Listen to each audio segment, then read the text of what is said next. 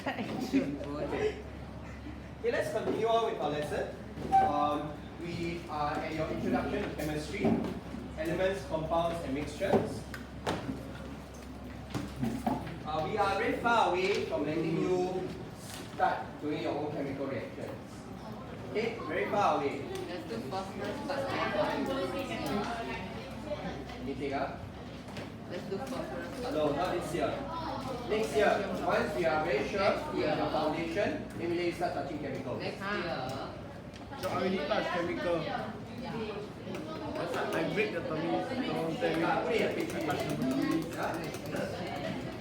Okay, let's flip your text open and go to elements. I'm now on page 78. Yeah, you can borrow. No lah. Take my textbook. Show your share. The one Xavier broke last time. So you make the whole cover. Okay, page 78. Okay, we are now on elements. In our previous lesson, we learned how to distinguish between all the various particle diagrams. Okay, I'm just going to do a quick, this is our scope for today. Elements, compounds, mixtures.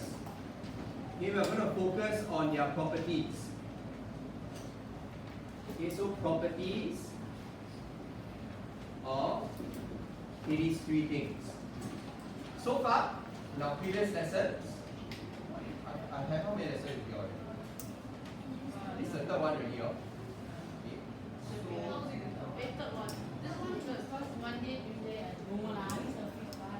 Hold on a second. So, wait, I've already covered all Because these. you gone through this already. Then where did I go up to?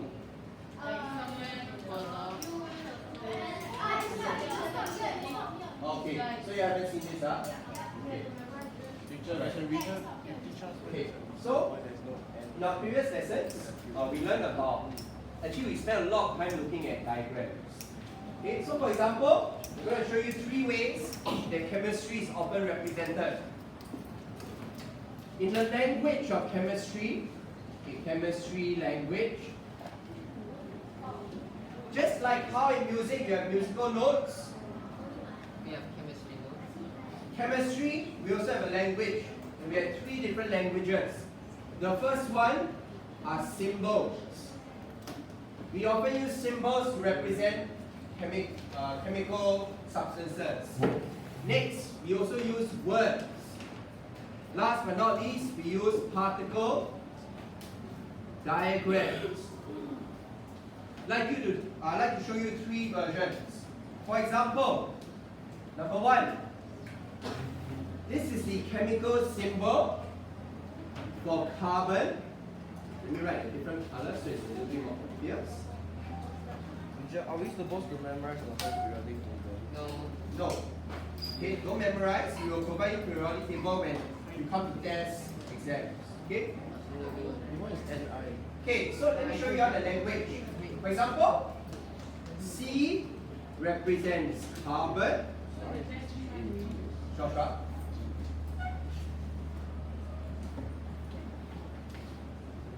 That's train. Yeah, okay, so what do you mean? Okay, we'll normally tell you. We will normally tell you. We'll ask you specifically. Okay, so C is a symbol form of carbon. If I want to draw it in particle form, then maybe I just draw one atom.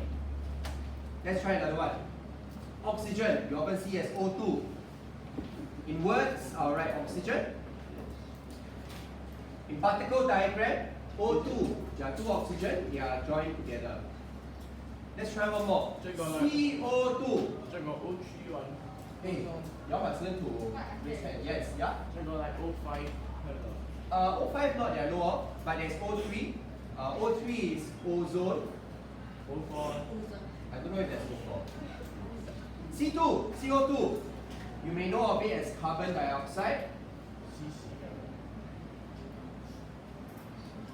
If I were to draw it out in particle diagram form, one carbon, two oxygen. we already have kind of three languages in chemistry. We use symbols, we use words, we use diagrams. Yes. Teacher, if it's Sorry, yeah? then if it's like 2 carbon and 2 oxygen, right? Is it C2O2 or is it CO3? A is CO3, but why is CO3? It's too many layers to explain at this point in time with your current understanding of chemistry.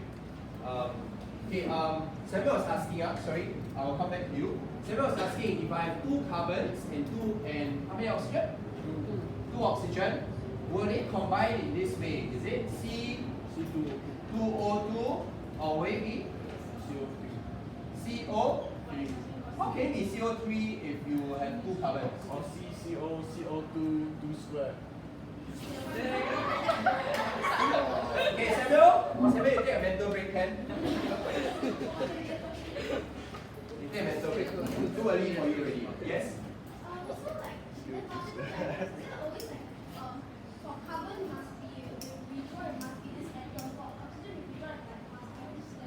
Okay, so question? Must it always? Okay. Oh no, there's no standard atom. It's just that if you want to try to represent 2 different elements present, try to make it look a bit different. So over here, I try to make 2 of the atoms here smaller, and I make the atoms roughly the same size because I want it to represent the oxygen. And then the carbon I made it bigger. So as long as you can tell a difference, I can tell a difference, it's okay. Yes? Oh yeah? Oh, okay. So are you allowed to, like in your diagram draw like that? Okay, no. When you are the one drawing, always keep the circle clear. If you want to make it look different, the best you can do is to change the size. Okay? Thank you. Yeah. That's a great question. I've never seen a student do that before. Okay, for your notes, it's okay. For your notes, it's okay. But if in the exam setting, normally when you do exam, you use the same color pen. Change the size. Change the size. Use black and blue. My advice is to use the size. I scared teachers see cannot differentiate the blue and the black then. Yes. What? Change the color. Don't change color. Use different size of the atoms to better represent. Then I will say that's okay. Yes? Zuchan? It's like when we draw that like carbon dioxide, can we just put we can only put the oxygen atom like under and beside it, right? Okay. As opposed to you all notice every time I draw it like that, like a Mickey Mouse. How come I don't draw it like that? Because my one looks like a Mickey Mouse. My one looks like a Mickey Mouse. Yeah. Why do I draw it like that? Okay. So, there's a reason. There's actually a clinical reason for it. The reason why I'm always drawing it in this like V shape is because in chemistry, when 3 things join together, a lot of times they will assume a V shape rather than a straight line. A lot of times, I'm not saying all the times. Okay, so I'm drawing this based on my own knowledge on chemistry. Yes? Is it 90 degrees? Let me think. Yeah, usually it's like 90 degrees. Okay, yes?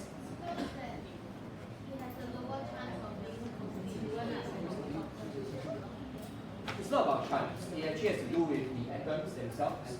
They have different the atoms have different properties. When they join together, they will arrange themselves a bit differently. Okay, so today I'm going to introduce a little bit more about elements. Let's start off here. Elements, there are 3 types of elements, broadly speaking. Can you tell me which page of the textbook you can find this periodic table? The next page.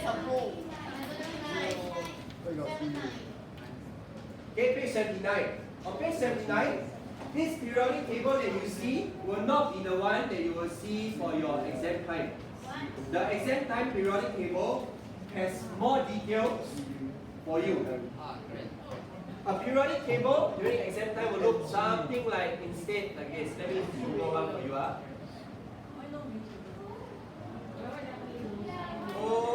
Okay, your A level. A level. Teacher, why is NI is nickel, right? Yep. Okay, this is what your periodic table will look like next time. You should mix nickel and germanium. What do you get?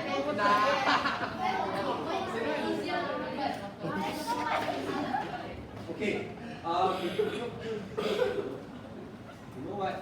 Yeah. How about I'll print this out for you and you'll make it one. Get GE. Okay, you look at this periodic table, it's very complicated. There will be one whole chapter dedicated to just understanding the periodic table. Okay? Because there's a lot to understand. Yes? So a lot this year. Okay? This year we are doing really basics. Really, you need to just be able to differentiate what's element, compound, mixture first. Okay? So you can see on this periodic table, there's a lot of information.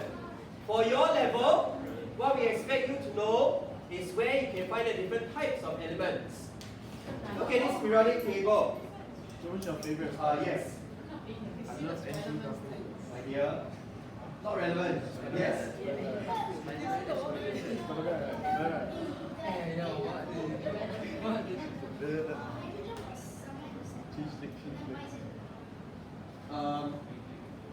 The A level one, they separate it out to put in the middle because they want you to remember that it has a different problem. Okay, so too much information for you to fully appreciate now. But when the time comes, I'll come back to it. Okay, look at this periodic table. There are broadly 3 types of elements that you can find, and we have color coded it. For yourself, may I get you to bold this red line here? Look at your periodic table. Can you bold the red line? I know it's bolded. You make it clearer for yourself. Can you use a bright highlighter or something? Go and bold that line. What's N?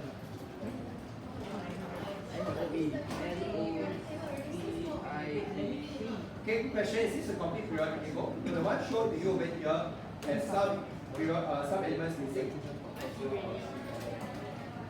What is it? It is an element of... Oh, I don't know. That's a good question. I don't know where uranium is. Uranium's in the lithium bomb. I don't know. Wait, it's you. I'm not sure if this is uranium. What's NI? Is it nickel? Nickel. Is it nickel? Nickel. NI.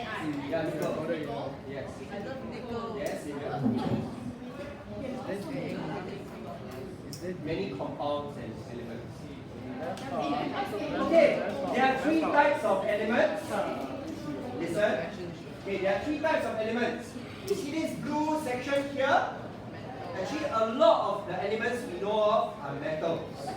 More than you can imagine. You see this light green section here? These are all non-metals. Can you indicate clearly in your periodic table? Okay. These green ones are all non-metals. This blue section here onwards, they are all metals. So that means on your periodic table, there are actually more metals than non-metals. Go ahead.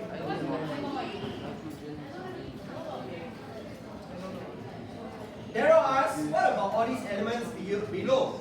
Okay, this is not within your scope, but if I'm not wrong, they are also part of metals. It's just that all these metals over here, they are radioactive. Okay, other than it being radioactive, all of these elements are man-made. Okay, the man-made ones tend to be placed at the bottom. Yes, question? What's uranium? Uranium, what is uranium? Different from yeah. Like hydrogen is not metal, so they make sure that it's that color so you know lah. And that's also a reason why we separate out hydrogen eventually. Because if you put it here on, you may think that it's a metal. Yes? NT. Okay, so this is the last type of element. Do you see the staircase to the left and right of the staircase? all of those elements, they are at this boundary. We refer to them as metalloids. They have some properties of metals, some properties of non-metals. That's why we place them there. Yeah, they are in between. Oh, okay, they are like viruses. Have characteristics of non-living things, characteristics of living things. Yes? Like here. We are not exactly splitting it. We make you draw this line so that you can remember where you can find the metalloids. Okay? Yeah? It's not exactly a split up. We just want you to remember where you can find the metalloids. Yes?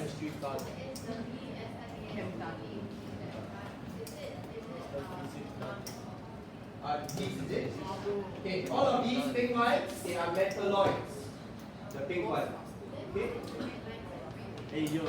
The red line, as I was telling Garrett, the red line is just purely to help you remember where to find the metalloids. Notice that the metalloids are just to the left and right of the red line. Yeah, so it's just to help you remember where to find it. Okay, you color coded already, maybe pretty and nice for you to remember.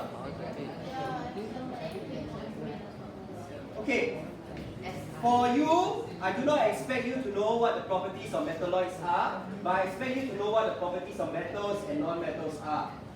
I'd like you to highlight the words that are already mostly in bold for you. Okay? First and foremost, lustrous. Can you highlight the word lustrous?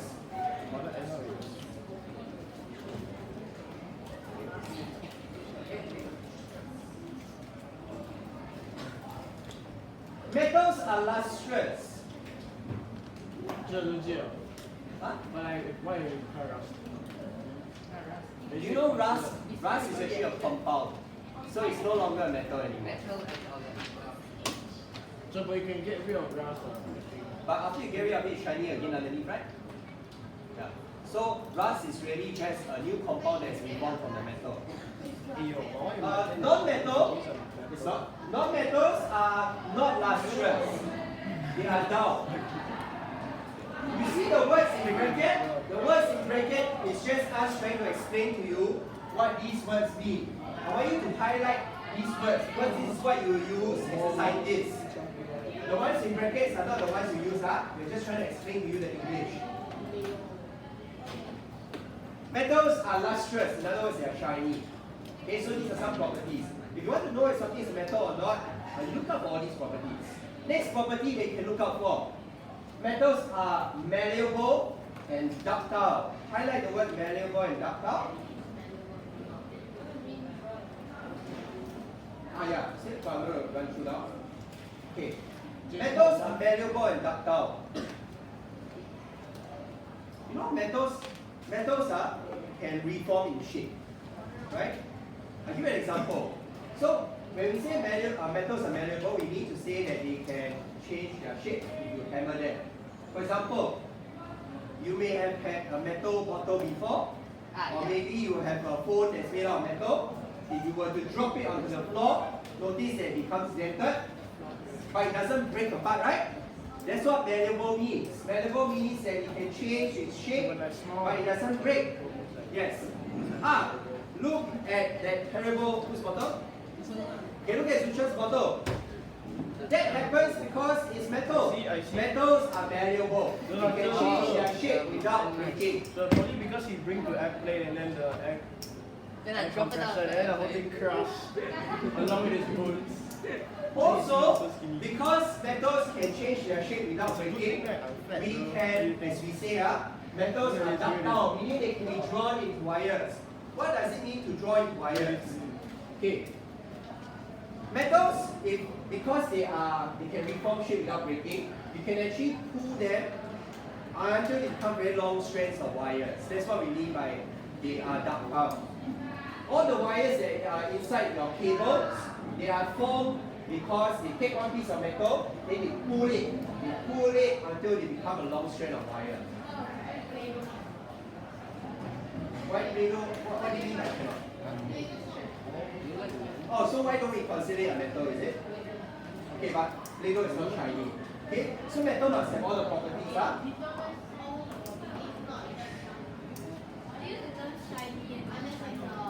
Teacher, I can Most of the properties. You have most of the properties. So in a high gravity environment, metal is somehow like a liquid. Whether something is liquid, solid or gas depends not on gravity, depends on their boiling and melting point. Most like the metal will be Oh, but you will still be a solid. It's just that it's a solid that's flat now. Yeah? Yes, Karthik? Is the malleable part same for all metals, even if it's a compound? But if the metal is already chemically combined with something else to form a compound, that compound is not considered a metal anymore. So not steel then. Okay? So metals are referring to elements, yeah? You do not have a compound that's a metal, but you can have a compound that was made up of a metal and a non-metal. So we But cannot. what if like both are metals? The compound's made of both metals. Actually, you will learn a few chapters down the road that there is no such thing.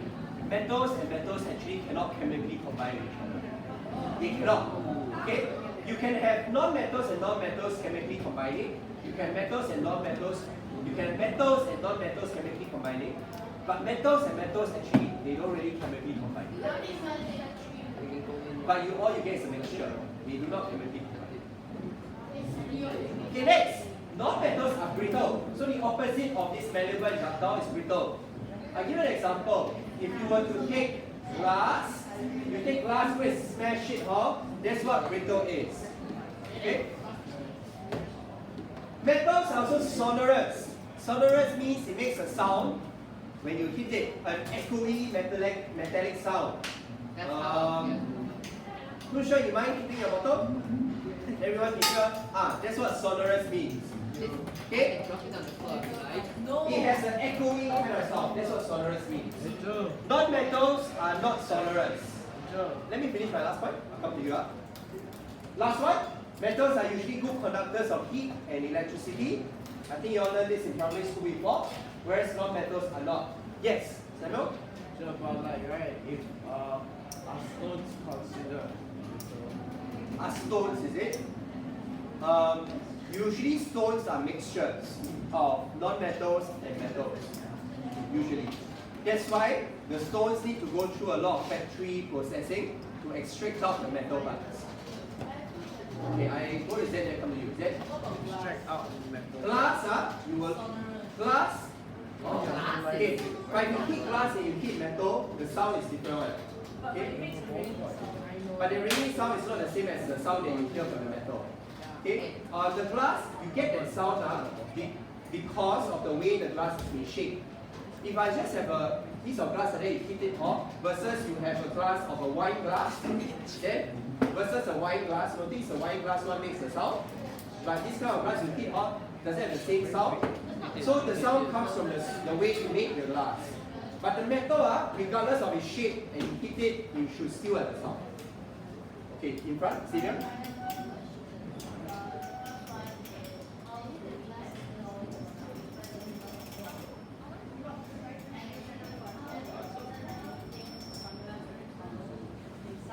Okay, good question. Xavier asks, how do you get metals? Metals are often found as a mixture among rocks. So you will find sometimes mining caves. That's why we have the caves where they dig out the rocks. After they get the rocks out, then they process the rocks to get the metals. Then Xavier's next question was, is there anything that's hollow, sonorous? Okay, but when I say that metals are sonorous, I need to say that the metal by itself, regardless of whether it's hollow or not, it will make a sonorous sound. Then I go to question here.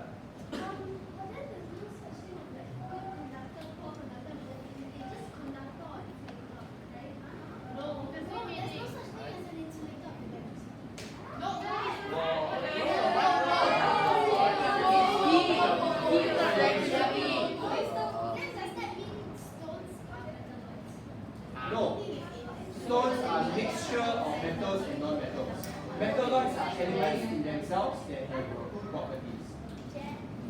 So to answer your question, So can I say go ahead. Yeah. Okay, I say good because as you progress through your secondary school life, you will find that some metals are better conductors than others. And you also learn eventually in chemistry, there are some non-metals that are actually able to conduct things. Yeah, some.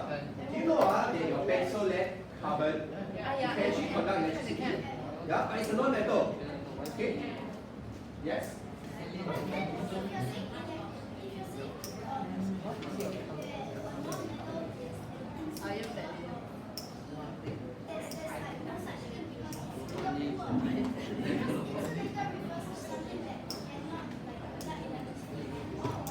Yes, you're right. You're right.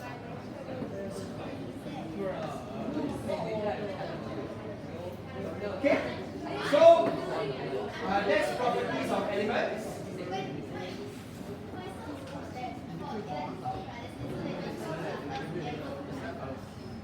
No, at least in the secondary level, it's either, oh, so primary school, they got your three categories. Okay, it can either conduct or not conduct. Yeah. Something that cannot conduct, it would be used as an insulator. Okay. Are you Yeah. So, I don't know why your primary school separated in three categories. Anything that cannot conduct is a insulator. Yes, it's irrelevant.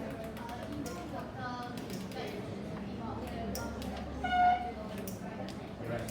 Okay, I'm not bringing some to class. It's a bit too high level. Yeah. Okay, we're going to move on now to the properties of compounds. Yes.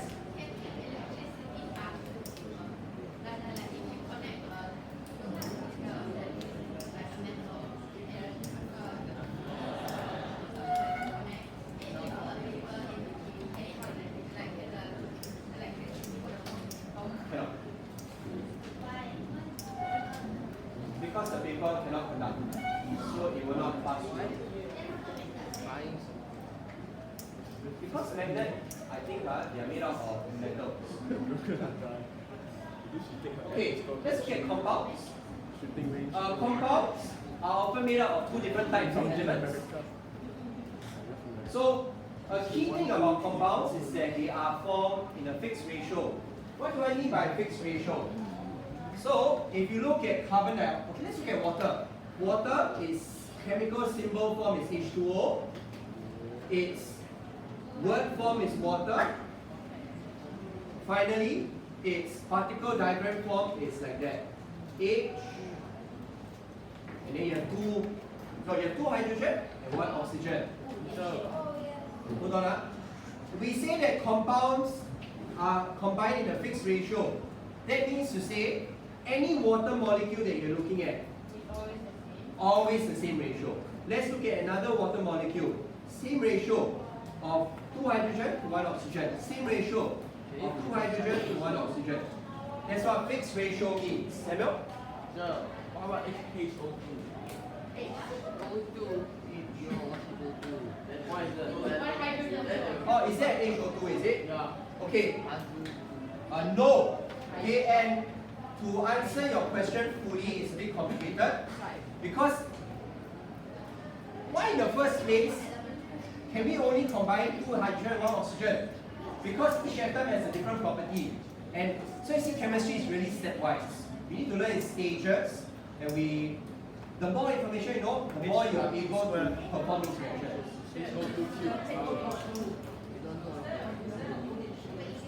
Is that OH2?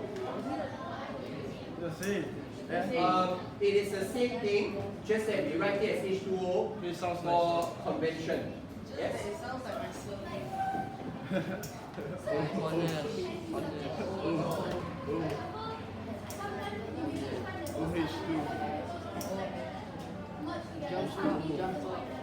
HO2 squared. I think we have found out quite a lot. So it's like 1 But doesn't mean that you won't find out more.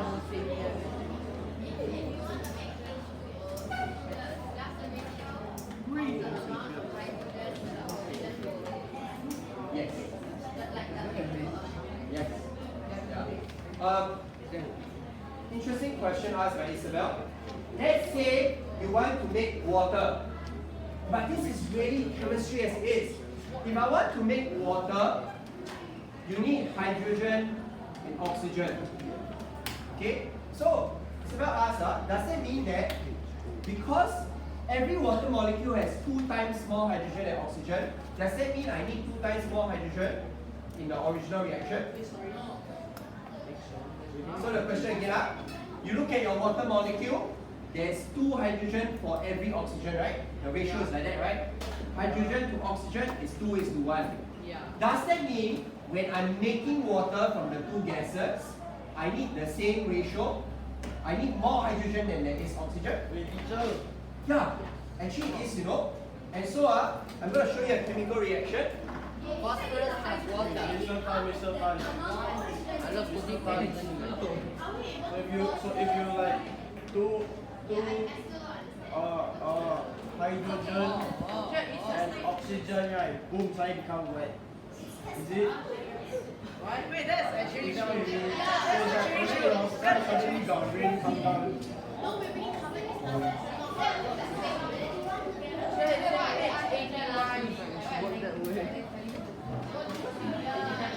Hey Zen, that's how you get Okay. wet. Hold on. Okay, so this is high level, but we'll eventually get there. Okay, this is really just pure math really.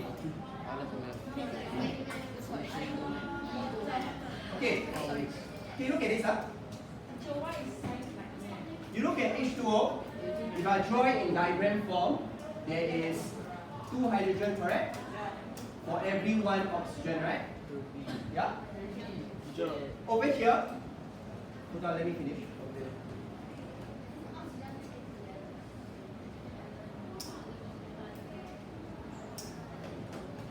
Okay. Also, the H2 is basically equals to 1 oxygen. But you see, is this enough or not? If I have 1 hydrogen molecule and 1 oxygen molecule, can I possibly form this? Yes, you can. Okay, I can, but there will be leftovers, right? Okay, you see, let's break this up into 2 hydrogen atoms, break this up into 2 oxygen atoms. Then together, actually, how many can I form? I can only form 1 water, right? And then I have 1 oxygen just floating around atom. Okay, but this cannot happen. So you know what we need in chemistry? We need to balance things out.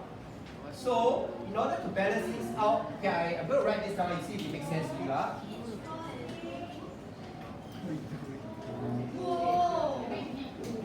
Huh? Ah, that makes sense. 2 times 3. No, but let this balance. Okay, see? Okay, now, does this make more sense? Okay, now, let me add 1 more hydrogen molecule. Okay, now I have just nice one, right? I split this up also into 2. Then I have this left over here, right? I can form another water molecule. Right now it's times 2, right? I have 1 water molecule here. I have 2 water molecules here. I have 2 water molecules here. This is chemistry. But I need you to have a strong foundation to be able to do this. Okay? Why do you need to know this? Eventually, you need to know this because if I go to the lab, you want to waste materials. If you know this, then next time you just take this much hydrogen, and then you take half the amount of oxygen, you will get your water.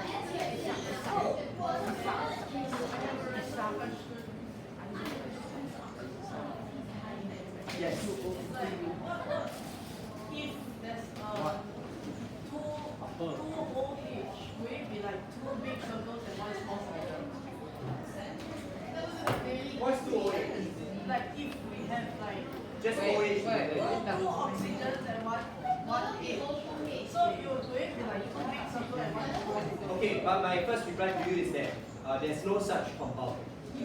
No, there's no such compound. Don't have. Okay, then somewhere in the middle here. Your anime art.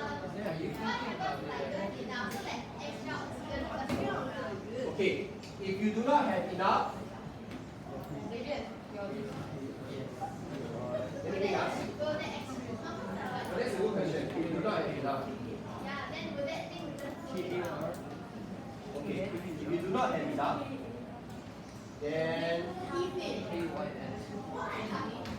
not have enough, the reaction will not occur.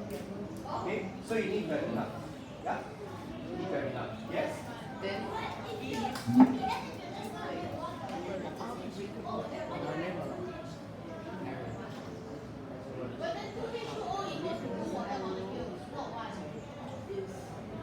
that's why I don't want to teach too much now. You already need your basics before you can reach this level. Yeah?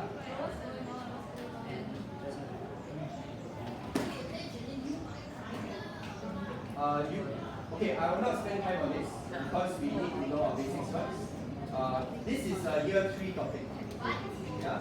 So, no, sorry, this is your year 2 topic. So we try not to do it now, yeah? I don't want to confuse you with so many layers if your basics are not good. We want to show the direction. Yeah. Yes? What? Say it. What causes these two to become this? Depends on the reaction. Sometimes it requires temperature, sometimes it requires electricity. So it differs reaction to reaction.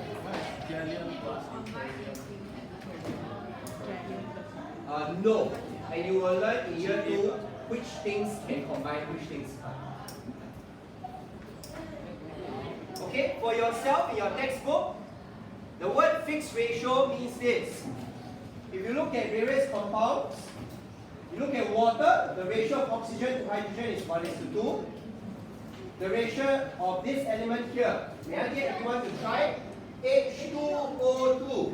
What do you think is the ratio of hydrogen to oxygen? 1:1, yeah. You learned this in math? Yeah, 1:1. Okay. So you would say it's 2:2 first, but 2:2 is 1:1. Last one here, carbon dioxide. What's the ratio of carbon to oxygen? 1:2. Okay, ask the outside. Katik. 1:2. Carbon to oxygen, 1:2. Okay, correct. Katik can come in. So ask me. Later I ask you. Now I'm doing it. Well, I think you covered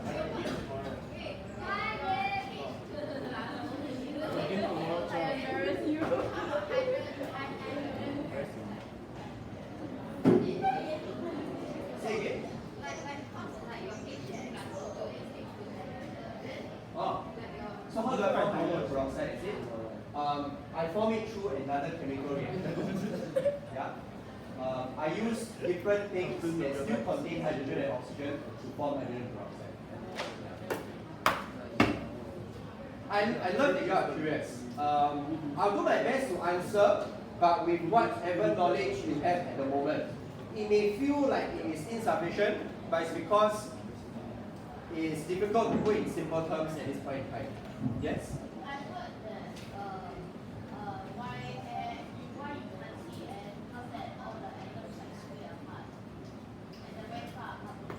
Not split apart, but far apart is true.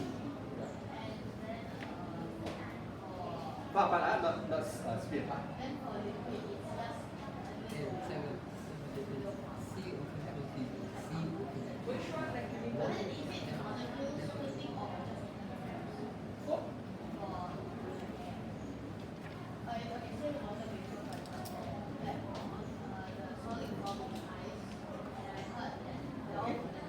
Okay, sorry.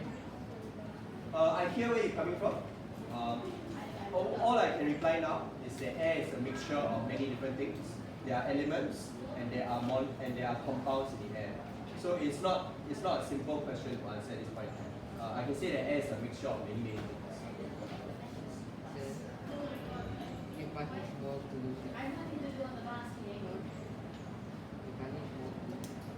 Okay.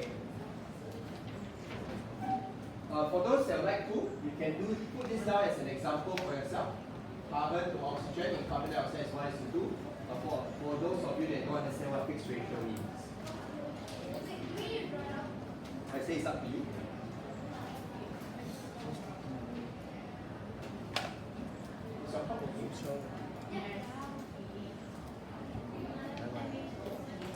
Oh yeah, it's working.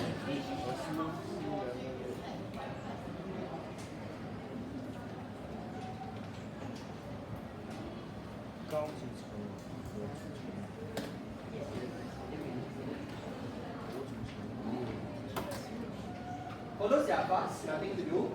You can flip to page 83. 83, there's a checkpoint 1. By now, you should be able to do checkpoint 1. Can you tell which are elements, which are compounds, which are mixtures? Yes.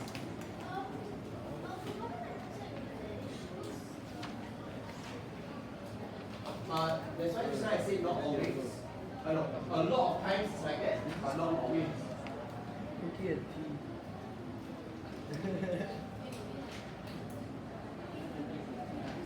Okay, I say 8 are fast. Go to checkpoint 1. You can try that out.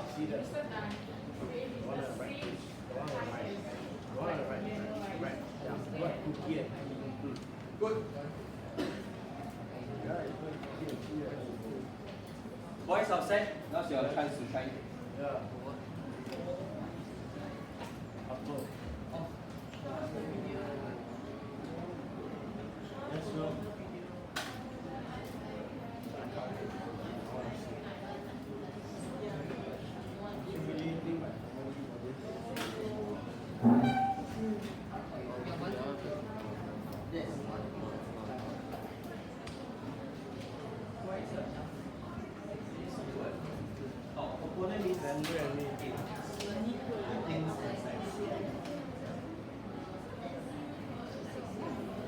For mixtures, identify the components. So, what is inside the mixture? Is it a mixture of two elements? Is it a mixture of two compounds? Is it a mixture of element and compound?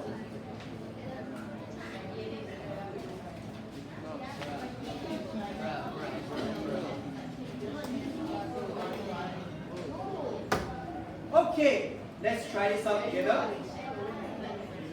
First box over here.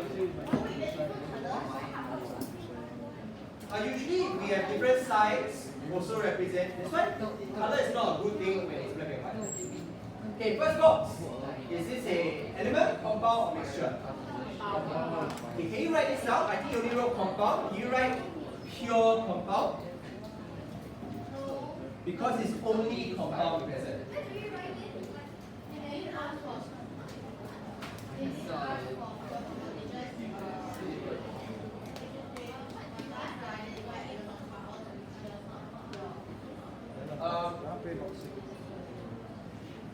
What is it? Okay, I said that this is purely compound, means you look in this box, you purely just find compound. Yeah? So when I say it's a pure compound, means that in here, there's only the compound present. Pure means there's only that one thing present. Yes? So then it's not a pure compound, but it's just a compound. No. If you just write compound, you're not wrong. I just want you to be a bit more specific. If you just write compound, you are not wrong. I just want you to be very specific at this stage. As a Sec 1 student, you know that this is pure. Yes, so you'll come to that in a while. I felt like there was a question there. No? Xavier, any relevant questions? No. No. Okay, next one. This box over here. Mixture. Okay, outside for me. Mixture. Mixture of. Element.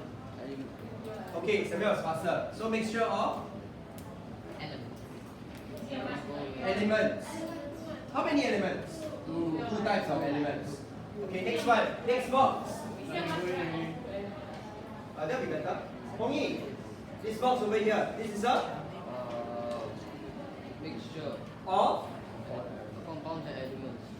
Good, compounds elements. Okay, welcome back.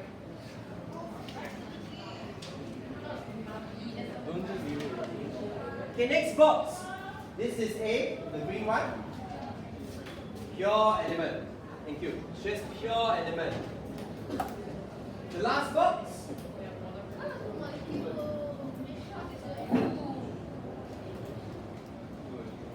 What's the last box?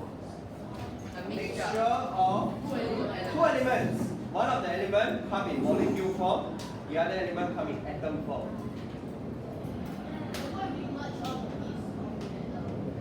I don't know, this one maybe. And then we put Xavier to try it.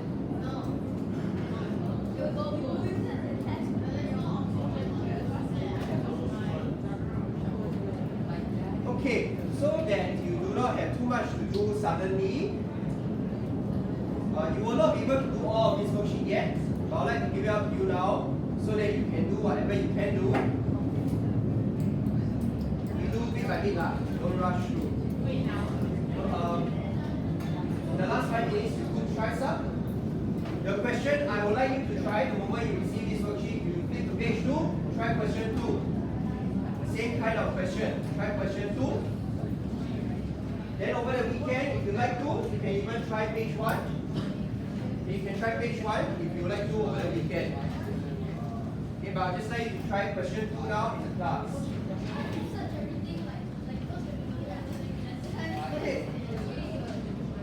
Over the weekend, if you want to Google, so that you can do page 1, go ahead. Okay, but right now, try page 2, question 2.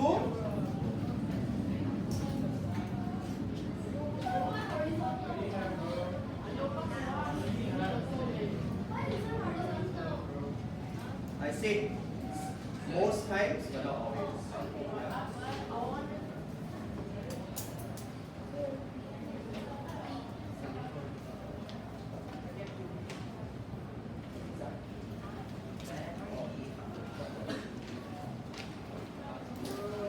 Number 2.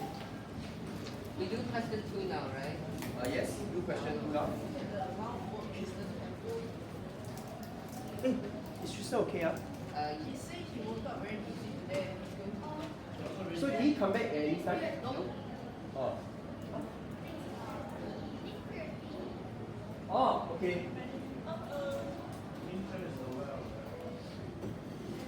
Alright. Those that need more time to change one, you can go and change. For the rest of you, if you're faster, you want to continue doing, please go ahead and do.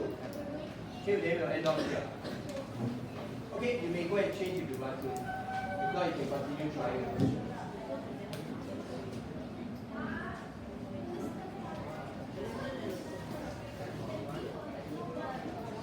You are right. Good. You're right. You're right. Good. That option doesn't have. You want to try this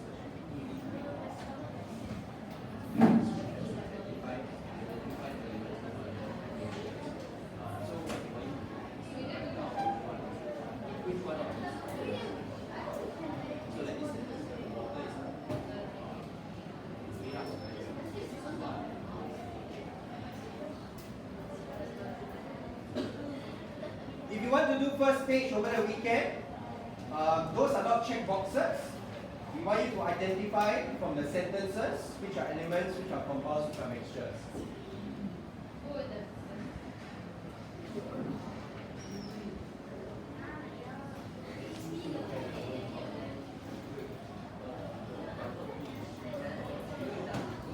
So you achieve that.